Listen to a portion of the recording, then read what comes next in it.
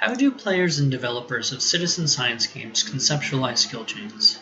First, what is a citizen science game, and what is a skill chain? Citizen science games are games where non-scientists contribute to scientific data collection and analysis in a way that is fun for them and inexpensive for researchers. This model takes advantage of the fact that players develop skills over time, which is not an affordance of traditional crowdsourcing methods. Skill chains are a representation of the skills that the player is learning. This example describes some of the skills a player might learn in a Mario game, such as running and jumping to combine to crossing gaps.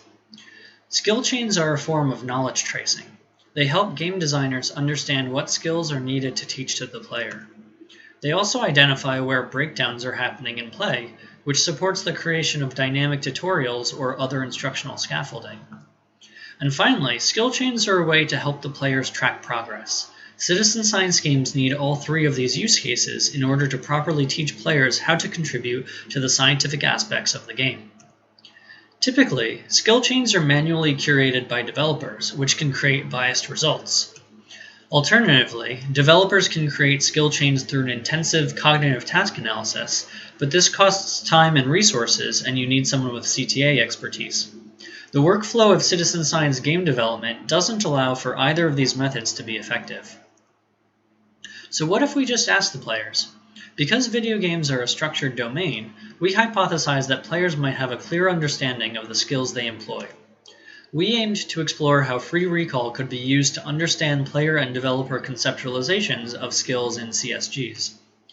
The games we looked at were Foldit, iWire, and Eterna, which are all spatial puzzles dealing with proteins, neurons, and RNA respectively.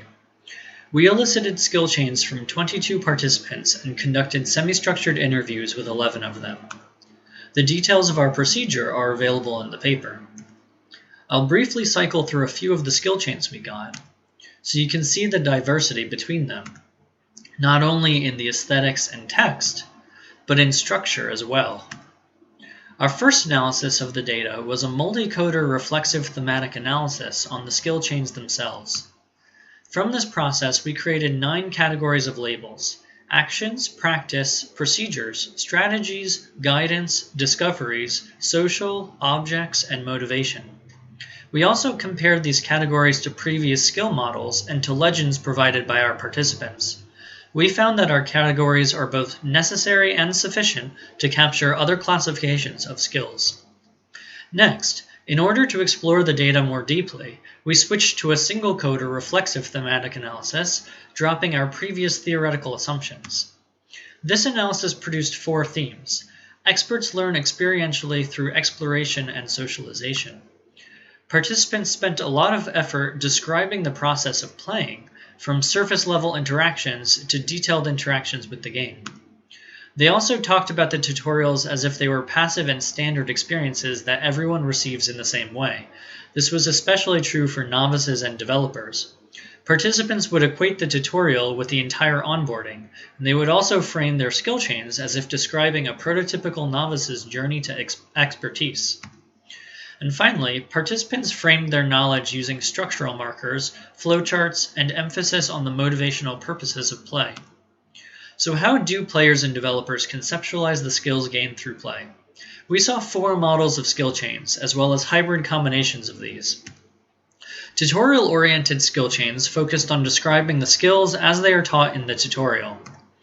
Core loop skill chains focused on the fundamental gameplay interactions and the big picture of gameplay. Stream of thought skill chains included miscellaneous tips from the expert player's consciousness.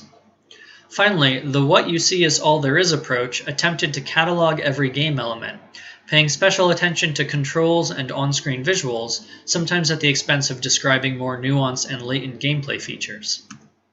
So is direct elicitation an effective method for understanding a game skill chain? Although free recall can't elicit the full chain, we were able to get the core gameplay loop, an overview of the tutorial, and some expert insights with relative efficiency. Given these results, we present 6 preliminary takeaways for designing CSGs. First, give the big picture up front. Tell the players explicitly what the core gameplay loop is, and for citizen science games, what the scientific contribution model is. Second, embrace social learning and encourage paratext use. Build features that integrate socialization and external social resources into the game. Third, reinforce the intended structure of knowledge, such as using in-game ability trees to help visually guide players through the mental model they should be learning. Fourth, situate learning within applicable, meaningful contexts. This relates to the big picture in that tutorial information should be presented within the context of why players should care about the information and how they will practically make use of it in the rest of the game. Fifth, design for discovery and self-reflection. Provide space in the game for exploration, trial and error, and self-evaluation. And finally, encourage practice and learning beyond the tutorial. Provide spaces for further practice, self-education, and skill refinement within the core of the game. With that, I'd like to thank all of my co-authors and collaborators, and thanks to the teams from Foldit, Eterna, and iWire and their developers for volunteering their time. And thank you for listening.